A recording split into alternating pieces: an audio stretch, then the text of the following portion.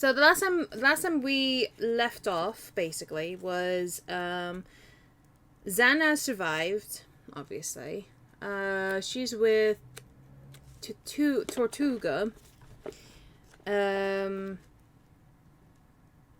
What's the brain? No, David managed to make his own dragon. So now, and Lucy is sleeping with a bear. Not in that context. Stop that. No, she's hibernating with a bear. So she's trapped. I think was in a cave where Gawain is sleeping, and they're trying to resurrect Gawain. So yeah, we literally are on the verge of the quote unquote climax of the story. So yeah, it's all about the fire, basically the fire star. That's basically it. And we also discovered that David might actually have special abilities to predict the future while he's writing a book. So that is an interesting story. That's an interesting concept. I had a feeling that might be the case, but I wasn't sure. But anyways, we are probably 6 chapters away from finishing part 2, and then we're going to be in part 3, which I think is going to be like half of the last section of the book. So what we're going to do is we're going to continue reading from Firestar Part 2, discussion chapter called Discussions. So yeah, just to let everybody start waking up and whatnot. And if you guys are working, props to you guys for working, and don't work too hard. Make sure you keep yourself hydrated. Make sure that you take care of yourselves and all these things, because that is important. Even I have to do it. Even I have to do it. So, but anyways, let's continue with the chapter called Discussions. No way, David said. You're out of your mind. Bergstrom took a swig of water from a bottle. It's my duty to protect my bears and their habitat. Tell that to Liz. She'll never go along with murdering Gawain. The choice is between one petrified dragon and a disaster of global proportions, David. Not petrified. Flying. Big sharp claws. Neither you nor I could take out a dragon. No, but a pack of polar bears could. When he swoops to the ice, the bears will be waiting.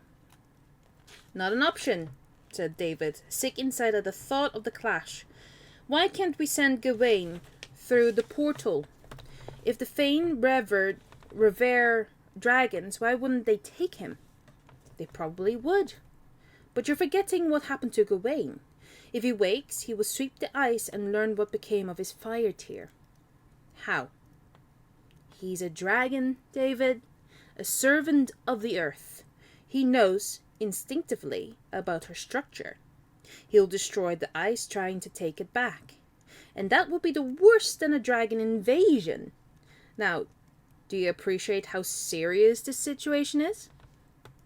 David sighed and laced his fingers round the back of his head. Why is this even happening, Doctor? When Xana and I confronted Gwilana, we robbed her of the skill of Gawain she carried. You told me if that she returned to the island, Gawain would be peacefully back to the clay. And he would have, said Bergstrom, throwing his weight against his chair and rolling it back to the end of the bookshelves. He took a small silver key from a jacket hanging there. But I have, since discovered, other pieces of the dragon are still extant. Without them, Gawain can never be at rest.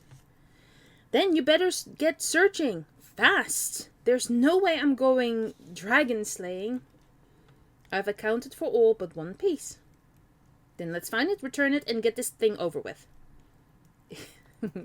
If it was that simple, the scientist snarled. Don't you think I would have done so by now? The standoff produced a few seconds of silence. David turned away, adopting a slightly more submissive pose. Okay, so what's the problem? Bergstrom thrust the key into the desk drawer lock, pausing again as he twisted it. It's hidden from me. Protected by a force that even your wishing dragon can't track down. What, like someone's put a hex on it? I'm not sure. Lucy has discovered Gawain's icicle, the tip of his tail, one of the most potent talismans of dragonkind there is. There were no charms covering that. Lucy? With a talisman? Can she use it? No, not as of yet. But Lucy is going through rapid changes. She's related to the Sibyl Gwendolen, and may well inherit some of her powers. Where is this talisman? With her. On the island. With her? What if Gualana finds it? I'm confident she won't. Any vibration given off by the piece will be lost in the general aura of the island. Yeah, but Lucy can blab for America. Lucy is in a hibernation state, protected by a female polar bear. Gualana will let her be for now, grateful that she does not have to cope with the girl through the coming months of darkness. And what happens when they wake? If the final dragon piece is still not found, we could try to use Ingovar to block Gualana's power. Ingovar? My character? He's real, David. You drew him into Chamberlain. The wounded bear who attacked you by the trading post is the one you encountered in your mind. You tapped into the universal aura of the north, and from it latched onto a descendant of Ragnar. He is in possession of his ancestor's tooth. That makes him a very powerful ally. The island has a spiritual link with the bears. Ingovar should be able to monitor any movement of rock or dragon. He could yet turn out to be our savior. The window rattled. More snowflakes melted sweetly on the glass. David shook his head, trying to take this in. Ingovar? Real after all? Why wouldn't you admit this back at the research base when you let me have it for being reckless? You're a loose cannon, David. Sometimes I have to rein you in. Discipline and patience are not your strengths. I'm so sorry. Oh my goodness. That didn't make the student feel much better. He sighed and pouted and thought back to his story. So Ingovar got the tooth after all. Yes, said Bergstrom, and his rise has been the trigger for more movements. Bears loyal to the line of Ragnar are gathering from all over the Arctic. They will reach the island by the end of winter. You can follow their progress with these. He slid the drawer open and handed David a small brown envelope. David split the seal. Inside were 3 items: a clay pencil and pad, and an unmarked floppy disk. He gave a nod of resignation. More reining in. So it was you who took them. Gawain is yours? Forgive me, I had no choice, said Bergstrom, shaking his blonde hair off his collar. Gualana was tracking your every move. I couldn't run the risk that you might give her too much information through your writing. And this? David took out the disc. Your saga, reproduced from a printout in my office. As your instructor, I took the liberty of making corrections. You still have much to learn about the ice and the bears. David dropped the disc back into the envelope. His gaze, for want of somewhere different to settle, focused on the spines of the nearest row of books. Bizarrely, he spotted the name Lono on one, as he had done once in Henry Bacon's study. You want me to continue with the story? It's what your publisher, and hopefully your public, would want. And you, Miss Dr. Bergstrom? What do you want? What if I write that a bear called Thoran dies at the hand of an evil Sibyl? With a stare as cool as glacial ice, Bergstrom replied, "You will write what comes to you. That's the way it is. I have no control over where your mind wanders, but there's something you ought to know about that. The Fain work in the realms of higher consciousness, creating events in much the same way that a writer makes real his imagination on the page. In that state, words like thoughts become living things. So be careful what you wish for, it might come true." Exactly. You're on the edge of that ability, David. Your talent is raw but growing in strength. Your dragon, Gazooks, has been testing the boundaries in a bid to understand where inspiration comes from. Like Gareth, he was looking to the stars, into the unseen shadows of the universe. It is my belief that people like you are dipping, unawares, into dark matter, into the thought world of the Fain. You may even be evolving toward them. David paused to take a reality check. Are you telling me I'm some kind of alien now? Missing link would be a better description. You and others like you are the product of human evolution and the memory of the Fain. If you need proof, just look into the sky. There is a fire star shining. Astronomers the world over have failed to report it. But you can see it. So can your dragons. Whatever happens in February, David, you have a vital role to play. And in the meantime, you wait and write. The firestar reaches its zenith on the 14th of that month. Valentine's Day? That should please Zana. Are you sure there's nothing else I can do? Help to find this dragon piece, maybe? Is it possible it's hidden in the dark matter realm? When Gazook is back online, I could write about it, see what he comes up with? Bergstrom shook his head. You're commissioned to write an Arctic saga. All I want of you in the next 3 months is to live the life of a bear on the page. That brought a sharp lump to David's throat. During the writing of his Arctic scenes,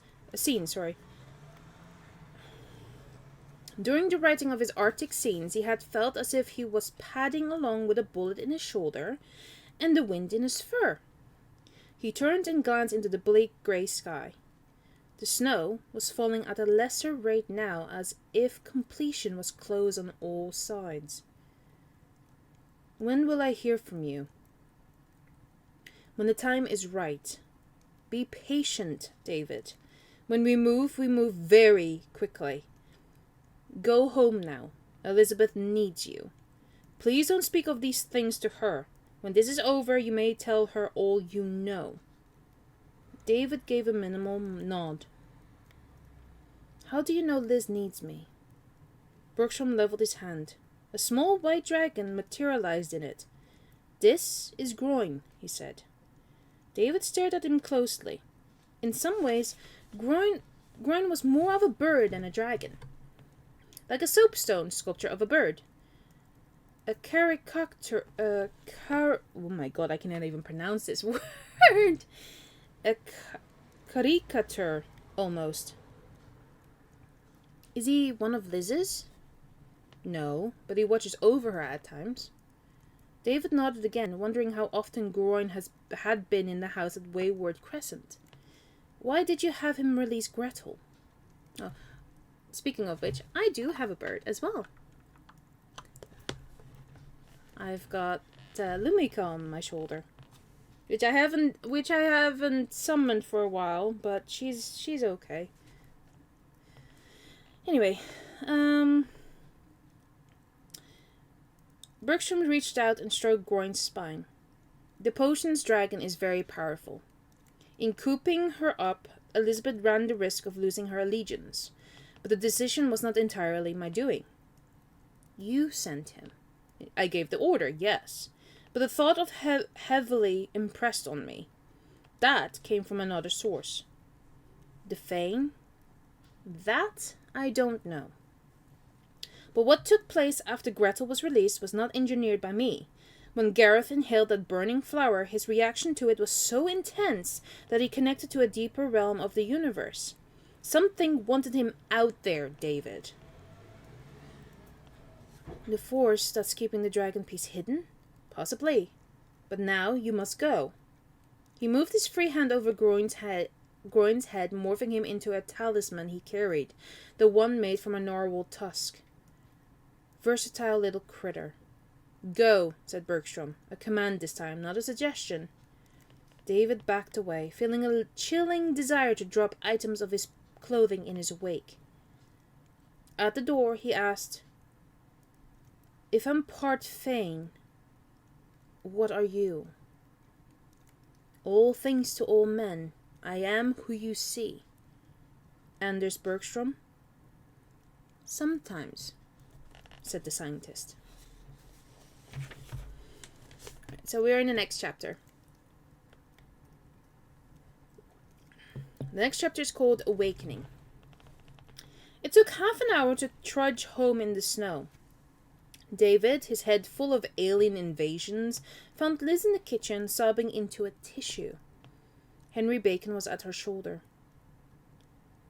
What's the matter? David asked, darting glances at them both.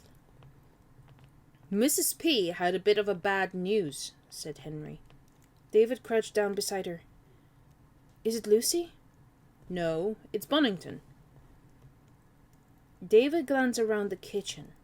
He saw Bonington's cat carrier, open near his food bowl. The cat himself was nowhere to be seen. Been to the vet with the cat, said Henry. You have? Couldn't let Mrs. P drive in this weather. What's wrong? Asked David, lightly shaking her knee. A fountain of sobs left Liz's throat. He has a swelling under his tongue. That's why he's been dribbling and pushing his food around. He hasn't been able to eat properly. David swallowed hard. Can they do anything? Liz buried her wet face into his shoulder. Oh no, David whispered, putting his arms around her. I'm so sorry. Henry gave a quiet cough. Well, I'll be off. You'll call if you need me, Mrs. P? Yes, she said, touching the corner of his jacket. Thank you. Henry nodded in salute and let himself out. As the door closed, David clasped Liz's hands. They felt small and frail. She was shaking lightly. He pressed them till she made eye contact. So little green behind the cloaking tears. How long? How long has he got? Liz shook her head, her hair corkscrewing around her cheeks. The vet is not sure. He wants to look at him again after Christmas. Some Christmas, David thought. No Lucy, Bonnie dying, and the prospect of a battle to save the world looming. He took a deep breath, carefully not to shudder. Look, this may not be the best time to mention this, but what about Golly? Liz shook her head again. No one lives forever, David. Not even Bonnie. I think this is beyond Golly's range of abilities. But he is a healing dragon. There must be something he can do. Where are they anyway? He said, looking up. He hadn't seen a single dragon since he walked in. Odd. Gretel never missed a scene like this. And where was the ever-attentive Gawain? Stranger still, the listening dragon was not on the fridge. Just then, he heard a noise upstairs. It was a dragon, but a concentrated one, as if they had all breath fire at once. They're in the den, he muttered. Something's going on. He was there in seconds. He burst in to find all the special dragons, including Gareth, arranged in a circle on Liz's workbench. Their eyes were closed, and they were holding paws, murmuring softly in dragon song. In the center of the circle was the stone dragon Grockle, still curled up in the remains of his basket. "Liz!" David shouted, but she was only just behind him. "Oh my goodness!" she gasped. "What are they doing?" "I don't know, but it doesn't look good." He gave a quick start as their eyes slid open. Each was staring at a point just above Grockle's body, creating a cone of violet light. At the apex of the cone, what looked like a holographic image of a dragon flickered into view. It had the same basic shape as a penny kettle sculpture, but it was shimmering as though it was made from crystal. And its eyes were a swirl of violet and blue. Something fluid was sparkling in its pools. Liz shook her head in awe. "Is that a fire tear?" she whispered. "No," said David, quick to work it out. "That's Bonington's saliva. I really don't like this." But even if he'd known how to safely break the circle, he would not have had time to stop the drop falling. It dripped into the center of Grockle's stone eye, turning the iris a deep, dark amber. The circle of dragons opened their mouths and blew a cloud of red smoke over his body. To David's amazement, it began to collect around Grockle's snout where it billowed, then disappeared into his nostrils. "Oh my God, he's breathing," he said. Slowly, color seeped back into the body. The scales began to soften, unfuse, and lift. The claws retracted. The oh my God, the tip of the tail. Jesus Christ, it's such a difficult word to pronounce. Isocecal. I don't know. Isocecal? I don't know. The isocecal turned. From the throat came the all too familiar throw of air.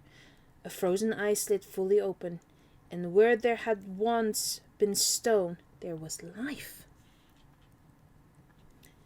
The penny kettle dragons turned to the window, where snow was spilling in on a chute of air. "No!" David shouted, diving forward, reaching out to pull the window shut, but Grockle had already taken off for it, kicking his empty basket aside. He was barely halfway through when David grabbed the latch and narrowed the gap. For a moment it seemed as though he might have succeeded, but Grockle was pinned just under his wings. But as David tried to grab him, the tail flicked out, lashing David's wrists. The tenant cried out in pain and relaxed just enough for Grockle to wriggle the critical extra inch he needed for freedom. He gave one fierce shriek as his trailing foot snagged between the closing window and the frame, ripping out a back claw in the process. It wasn't enough to prevent his escape. David turned to Liz and gasped. "What do we do? How do we call him back?" "We can't," she said, her eyes full of fear. "But he's a dragon," David said, clamping his wrist to stem the flow of blood. "A dragon at large, among humankind again." Okay, we still have a few more chapters until we're at part 3.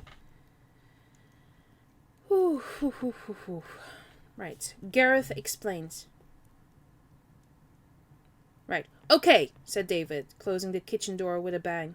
Start talking, one of you, now." He pointed a finger at the waiting dragons, lined up like a row of suspects on the table. Went Gretel, wriggling her snout, and for once that was all it translated to. "Don't get huffy," David said. "I've brought you 4 conspirators down here to explain to us privately and precisely of what you think you were doing with Grockle." "David," Liz sighed, touching her fingers to her forehead, "stop talking in italics. It won't do any good." "Liz, there's a dragon on the loose," he said. "A creature known to instill fear and loathing into most of mankind. We have no idea where he is or what he's doing. I want to know why they've set him free."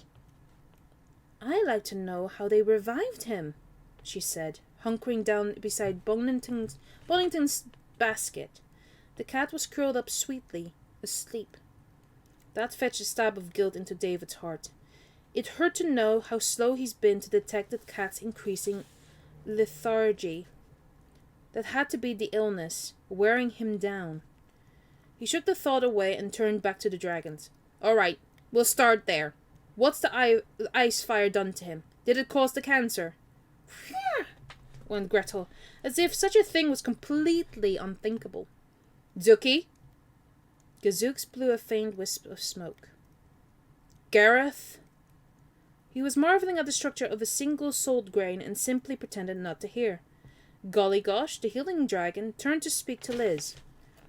Oh yes, I see, she said. See what? Said David, taut and impatient. Even now a rapid flurry of dragon tongue tended to leave him in need of a guidebook. Liz reached out and touched Bunnington's back. The cat stirred and gave a faintly puzzled blink, then burbled once and slipped back into his slumber. Golly says the cancer cells are multiplying rapidly. They're young, and... She paused to steady her emotions. Bursting with life. That, combined with the power of the ice fire to animate clay, plus a potion Gretel made from a lock of my hair, the red smoke we saw him inhale, and Golly acting as a kind of transformer. Transformer, David said. That's the nearest I can translate it to. It was enough to bring Grockle out of his status. Transformer? David said. Again. All 4 dragons looked at their toes. Okay, which one of you worked this out? It was the new one, wasn't it? Liz said quietly. Gareth flicked his tail. Who was that? She asked. More to the point, where is that? Asked David. The mysterious hologram had faded away as soon as Grockle had started breathing. Gretel gave the wishing dragon a prod. He stepped forward reluctantly and gave a little... Inside you? Liz said. David's heart thumped. Gareth looked at him nervously, then in a desperate flurry of dragon tongue, he told Liz all about his meeting with the Fane. Oh, no. David groaned and looked at the ceiling. Bergstrom wasn't going to like this very much. An alien species? Liz's mouth dropped open. They love dragons, heard Gretel. I've commingled, she said. They all have, thought David. He could tell by the level of excitement in their faces. Did you know about this? Liz turned to him then, wonder spilling from her bright green eyes. A little.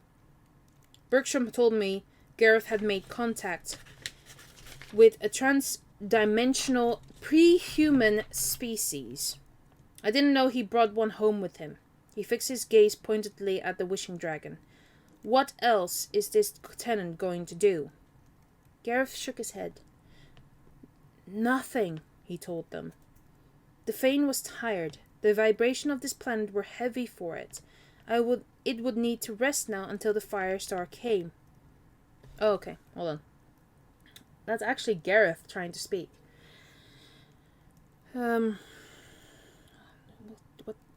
I've given Gretel a little bit of a deeper voice, but... Nothing, he told them. The Fane was tired.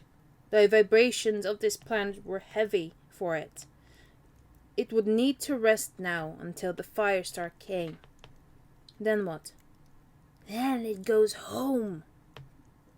Then it... Oh my god. I keep when I see Gareth's name, I think it's Gretel. And then when I see Gretel, I think it's Gareth. Oh my god. All the G's, I swear it's confusing me. Then it goes home, Gareth heard. Liz covered her mouth. This is amazing. It changes nothing, David said bluntly. We still have a wild dragon on the loose, and another to think about in 3 months' time. He looked again at Gareth. I thought you were supposed to be out there, somewhere, looking for the last known piece of Gawain.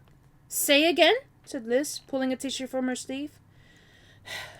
Bergstrom claims it should be possible to stop Gwilana if every part of Gawain is returned to the island. But there's one piece missing, which he says is protected by some kind of force that Gareth can't break through.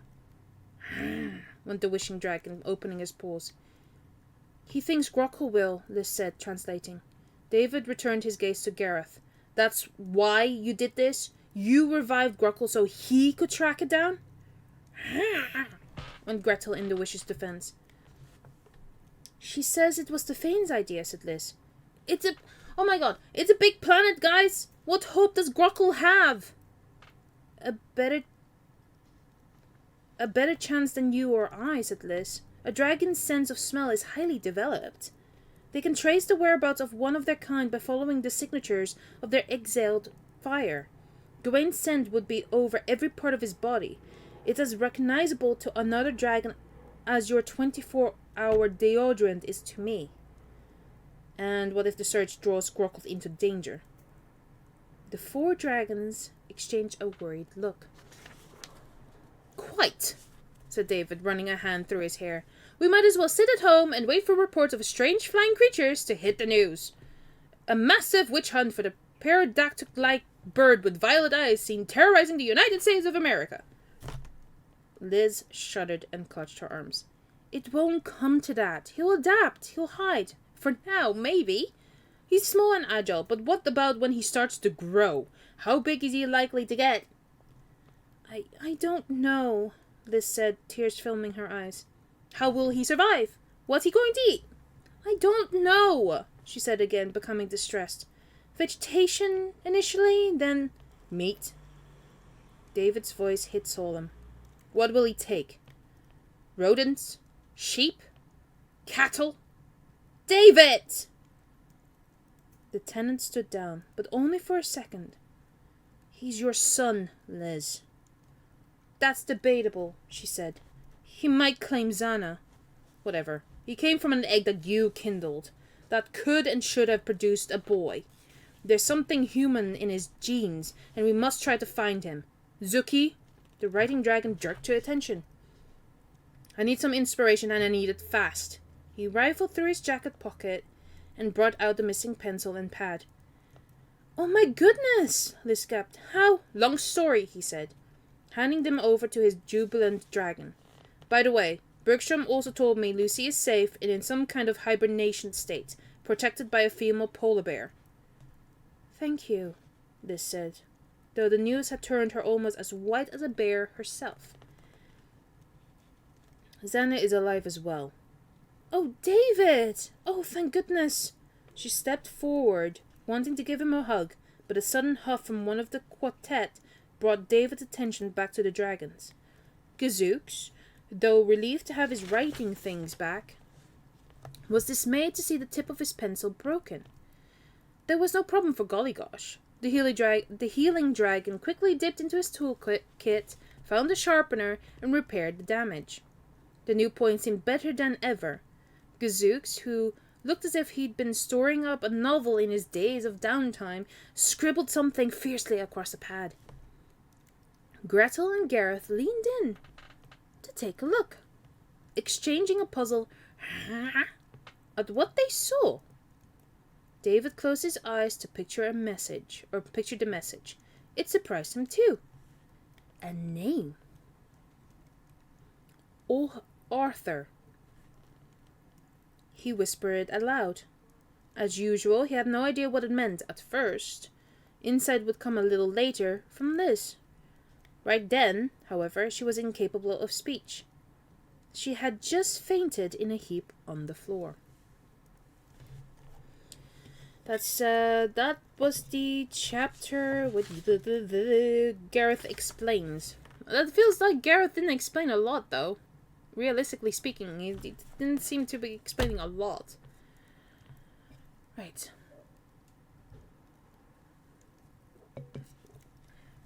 Life Before Lucy is the next chapter. Ooh, we're getting more into juicy details, guys. We're getting into more juicy details. Oh my goodness. Are we gonna... we're probably gonna get more information about Liz over here. Just turn this light on so I have more... Hello, night.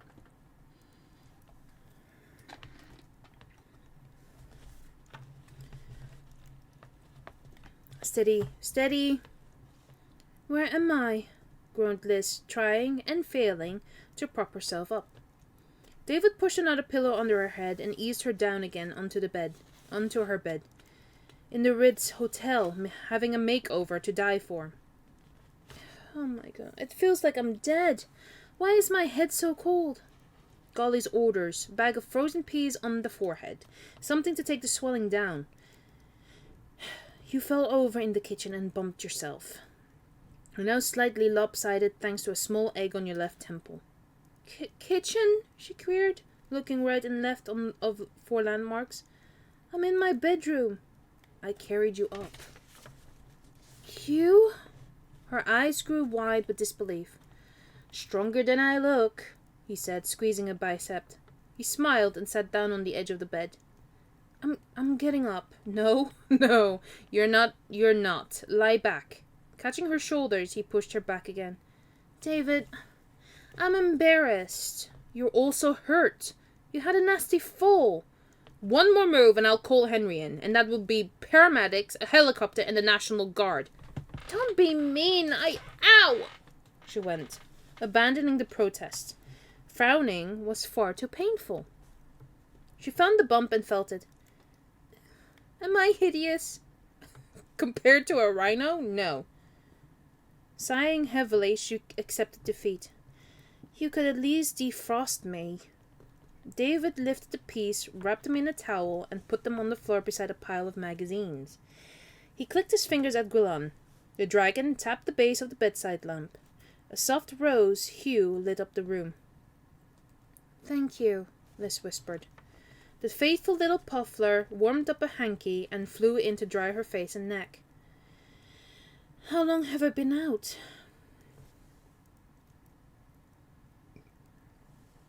David glanced at her noddy alarm clock. 40 minutes or so? 40? Ow!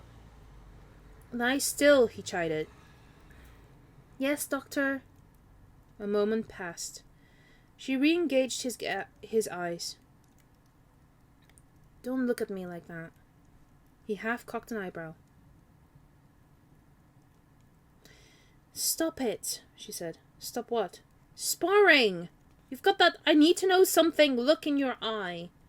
He relaxed his stare, focusing for a moment on her bunny rabbit slippers. For a middle-aged woman, she could be pretty sweet. Is it coming back to you? The reason why you dropped? She pondered a moment and then turned her face away. Who's Arthur? He asked, trying not to sound pushy. Don't go there, David. It won't do any good. He moved his gaze from her face to her fingertips, watching them nipping the blanket into peaks. I wouldn't be asking if Zuki hadn't written it. He's probably just trying to help you with the story, that's all. Liz, come on. You fainted in the kitchen. Something shocked you when you heard that name. Please, tell me. I only want to help. Is Arthur Lucy's father? Her eyes closed, tears welling under their lids. How did Gazooks do that? She said, punching the blanket lightly now. How could he possibly connect to Arthur? Commingling with the Fane raised his level of vibration, bringing that name into his conscious aura. Arthur must be involved in my wish. I'm going to need your help to work out how. Who is he, Liz? She sobbed and a tear ran down her cheek. David raised her hand toward Gawain. Sorry, I wanted to say Gawain, but it's Gawain. No help yet. There were moments when it was better to let people cry, he thought. That decision bore fruit when Liz said quietly, Do you promise me you'll never tell another living soul? Does Lucy know? No, and she mustn't. Okay, I promise, David said. He gestured to Gawain, who quickly flew a tissue to his mistress' hand. Cup of tea, she said, blowing. Not doing this without. David had already figured that.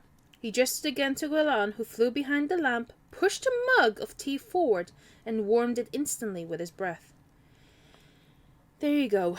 Might be slightly stewed. It's wet and warm, it will do, she said. She pushed herself into a sitting position, adjust her skirt, let me just readjust myself as well for this story, and stretch her legs out flat. She blew a kiss to Gawain and circled a finger. He folded down his wings and settled back into his solid pose. It's not that I don't trust him, but the dragons aren't ready for the whole story yet. I'm not sure you are, but... She took a sip of tea, then another, then began.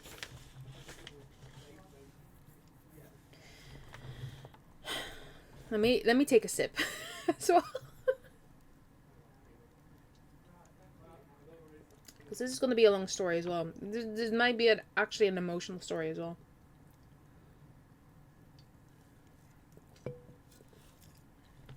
Alright, there we go.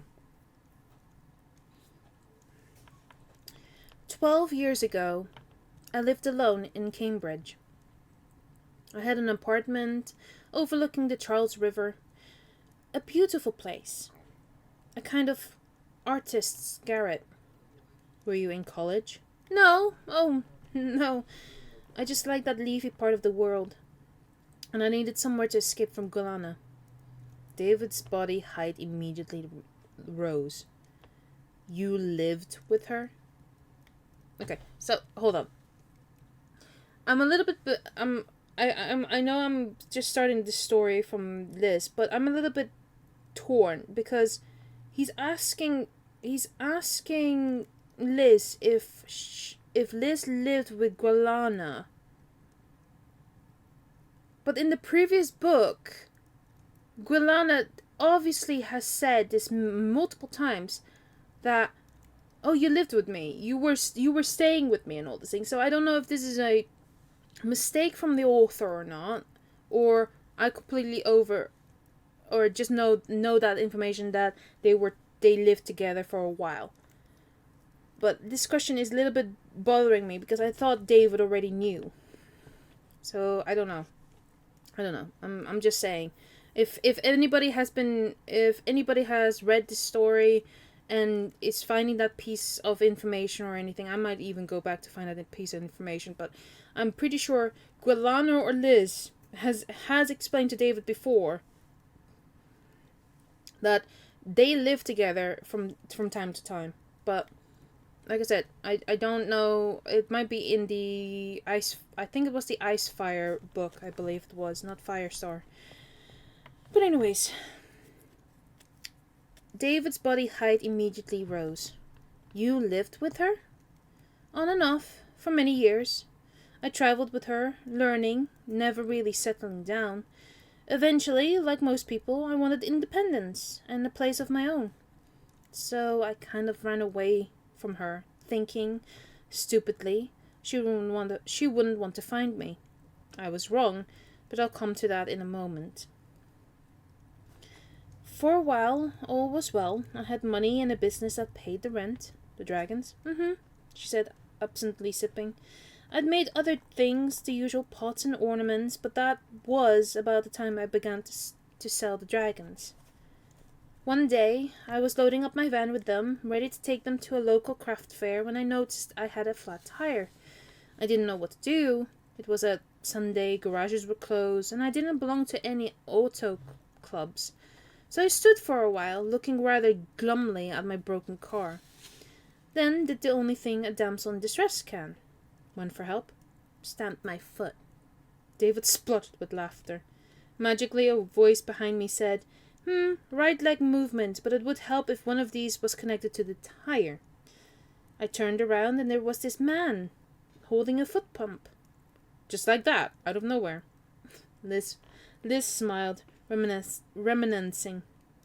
He confessed later that he had his eye on me for days, but was waiting till I came out of the van because he felt too shy to approach me otherwise. Nice technique. What was he like? Tall, dark-haired, lovely blue eyes. A few years older than me. Handsome in a bookish kind of way. Like you, eh? He wore a knitted green vest. I didn't like that. and there was a pipe sticking out of his pants pocket. I wasn't sure I liked that either. He wore the silliest little glasses I ever saw, but otherwise he was very acceptable. And this was Arthur. This was Arthur, she confirmed. He told me straight away my tire could not be saved, due mainly to the fact that I parked the van on a broken bottle. So, like a true gentleman, he rolled up his sleeves and put on the spare. And that was that. Within 15 minutes, he changed my tire and changed my life. You fell for him. You sound shocked. Not shocked, just surprised, given what I know about you. And what do you know about me? Very little, I suppose, he said, turning red. So we went out for the next 7 months. He was lovely, shy, funny, charmingly eccentric.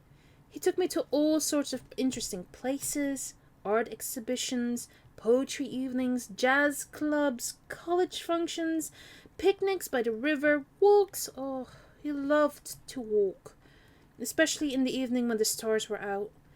He liked to dazzle me with stories about far-off galaxies and time travel and the speed of light. David's ears pricked up. He knew about stars? Everything, Liz said, glowing from ear to ear. Stars were his passion. He was a professor of astrophysics. Why, is this meaningful? Perhaps, David shortened his gaze. Did he ever talk about something called dark matter? Liz shook her head slowly. Not that I recall. He talked about dragons, though. Huh? David grunted, almost slipping off the blanket. How did he know about dragons? Liz smiled and ran a finger around the rim of her mug. He was Welsh, from a village in Monmouthshire. Okay, I'm so sorry for the people who are Welsh. Or British, if I'm butchering these names, I am so sorry. I'm still figuring out how to pronounce British town names and city names. It's Monmouthshire. The red dragon is the symbol of Wales, remember? He was quick to wave his flag when he saw my pottery. I liked that about him. He was the first man I'd met who could hold an intelligent conversation about dragons. We used to swap myths. He even explained scientifically how they might have breathed fire. You swapped myths? David said, going back a step. How much did you learn? Did you know about... No, Liz said, looking inward again. The special dragons came later, after Arthur had gone. She picked up the tissue box and plunked it down closer, then drew one and crumpled it against her nose. You broke up then? Obviously. Sorry, I didn't mean to sound... Do you want to stop talking? She finished her tea and put the mug aside. No, you've come this far. You might as well hear the rest. But if I cry too hard, you have to leave. Is that agreed? The house? The room. She gave his tie a soft kick. Are you sure it wasn't you who had that bump on the head? Okay, agreed. Was it bad? Horrible. David nodded, remembering his fallout with Xana. But it sounds so idyllic, like, excuse the mushiness, like you were made for each other. What went wrong? The only thing that could have gone wrong, she said bitterly. Gwilana found out. The birth of Lucy. Oh my goodness. I need another sip of a drink.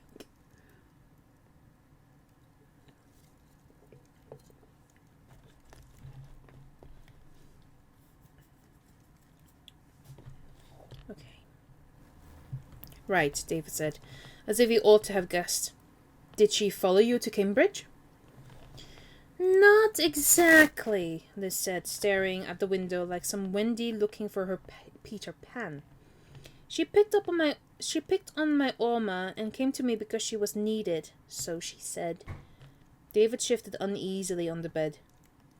This is to do with Lucy, right? Liz nodded lightly. The arrival of Lucy changed everything. But if I'd known what I was, what lay in store for me, she might never have come into being. You can't be serious. I didn't say I didn't want a child, David. Just maybe not the way it happened. She took a deep breath and gathered herself. Arthur and I were becoming very close. He was a good man. He was a good man, a decent man, with old-fashioned values. He'd never pushed our relationship beyond true friendship or asked for more than the warmth of my hand. But my feelings for him were beginning to run deeper, and that was when the problem started kicking in. I changed the dynamic. I wrecked it. Me. I find that hard to believe, said David. You're one of the sweetest people I know. You couldn't hurt anyone if you tried. I hurt him, Liz said. I broke his heart in so many places. I made a kaleidoscope of his life. David screwed up his face in confusion. How? I wanted a child. I started making eggs and dragons breaking out of them. You know what that means, don't you? David nodded, remembering how Grockle had been produced. Grockle, who should have been a boy with a dragon's spirit, Grockle kindled from a large clay egg. You quickened a bronze? Not right away. It was a few weeks before that happened, but Gwilana could sense the change in me. Those eggs are as good as a homing beacon to her. She just turned up one day like she did here, saying I would soon give birth to a child and I needed her protection. I thought she was crazy. She told me nothing about the kindling process. All we ever talked about regarding children was how Gwendolyn's offspring were weak and unworthy, and I was Guinevere's rightful heir. Hold up. Oh my god, hold up, said David. I'm a little bit lost. I thought Gwendolyn was Guinevere's daughter. She was a hybrid, Liz said. Part Guinevere, part Sybil, part dragon, part earth. She came from an egg, like Grockle, like me. She was supposed to live the life of Guinevere's daughter, but somehow ended up with Gwilana for company. All I can tell you is it wasn't a happy union. Gwendolyn left her, just like I did. When she grew to be a woman, she broke free of the Sybil's clutches and went to live among northern tribes. The Inuit? They may not have been the Inuit then, but it's a good enough name for them. Hi Chris, how you doing? Hope you're doing well. A people who respected bears anyway. In those days, bears and humans were much alike in spirit.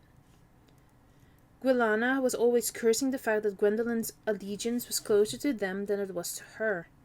But that wasn't the reason Gwilana disowned her. Gwendolyn had a child by an Inuit man.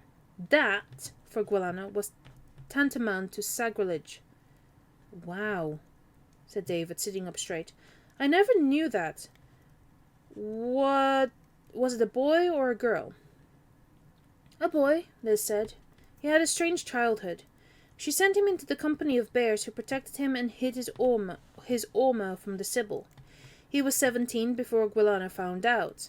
By then, Gwendolyn had birthed 5 more, and the boy had also parented a child. Gwilana was outraged, but there was little she could do. The births were natural and difficult to trace. There was no way she could have stopped it. So are Gwendolyn's offspring still around today? Oh yes, every now and then when I was with Gwilana she would meet someone, usually a girl, whom she would follow around and monitor for a while just to assess their abilities. They were usually psychics or healers or stigmatics. None of that impressed Gwilana much. She always sneered that Gwendolyn's line was weak, but I got the impression she was roaming the world on the lookout for someone she might adopt as her apprentice. Not bad. Why do you have a tree in your house? Oh, a couple. Oh. I mean, I live in the middle of, it's part of my cave, so. Thank you so much for the follow. Yeah, I live in a cave, so I'm not surprised if some of the trees just burst through with their branches. In my library, especially. Where was I? Or remove if she felt too threatened, David muttered. He thought of Zana then and shook a cold weight off his shoulder. The Gothic girl with untapped knowledge. She must be from the line of Gwendolen herself. Why else would the bears have come to claim her? And now she was among the Inuit too? 2 Sibyls, 1 ice cap. Not a pretty thought. He steadied his breathing and moved things on. So, what happened with Arthur? Liz stared at the tissue in her hands, making a series of neat, precise folds. When Gwilana found out I've been producing the eggs, she forbade me to see Arthur ever again. I wish I had agreed and left with her then. It would have spared him so much pain. But I didn't have Guinevere's spirit for nothing. I was stubborn and refused. I demanded to know what right she had to interfere with my future or my happiness. Then she explained the kindling process, and how I had come to be a part of this world. You didn't know? But you must have been terrified. I'm surprised you believed her. You forget. I've been steeped in dragon legend since the time I took my first breath. But you're right. I was awed, especially when she showed me the quickened egg. It will be a girl, she said. A girl like me. A dragon princess. If I refused to engage with her, the child would die. I looked into the egg and completely broke down. There was a beautiful, tiny fetus. I couldn't possibly let it die, but I knew I could never explain it to Arthur. Gwilana insisted there was no way Arthur could be told the truth or live with us, even if he wanted to. So I made the only decision I could. I told Gwilana I would go away with her and end my relationship with him. But that night, a full moon rose and the kindling process began. I couldn't be moved. I was so anxious. Arthur had been away at a conference, and I knew he would come over as soon as he returned. He did, of course, and met Auntie Gwyneth. She told him I was ill and couldn't be disturbed. That only made the situation worse. He brought flowers and fruit and turned up twice a day to see if there had been any change in my condition. Gwilana's patience began to wear thin. She quickly realized that Arthur's tenacity might be a major threat to our secret. So she stepped up the pressure and told him there was someone else in my life. David got to his feet. "Aw, that's just cruel." He debated it, of course, and that irked her even more. She insisted he wasn't good enough for me. Arthur thought differently. He came back with an engagement ring, demanding he be allowed to see me. She laughed in his face, but let him up. I can still remember him pounding the stairs, calling out my name, "Elizabeth! Elizabeth!" And then the door bursting open, and the look on his face when he saw me holding Lucy in my arms. He dropped the ring and backed out of the room. And that was the last I saw of him. "I'm so sorry," David whispered, sighing into his hands. He now wished even more that he wiped out Gwilana when he had the chance. He glanced at Liz in the dressing table mirror. She was turning a ring on her little finger. Fresh tears were clearing a path down her cheeks. Then she curled up into a heap and started to sob. And David, true to the word of their agreement, lowered his head and walked out of the room. Okay, we're really close to chapter, well, not chapter 3, but part 3 of the book. So I think there's still 2 more chapters I need to read until we reach part 3.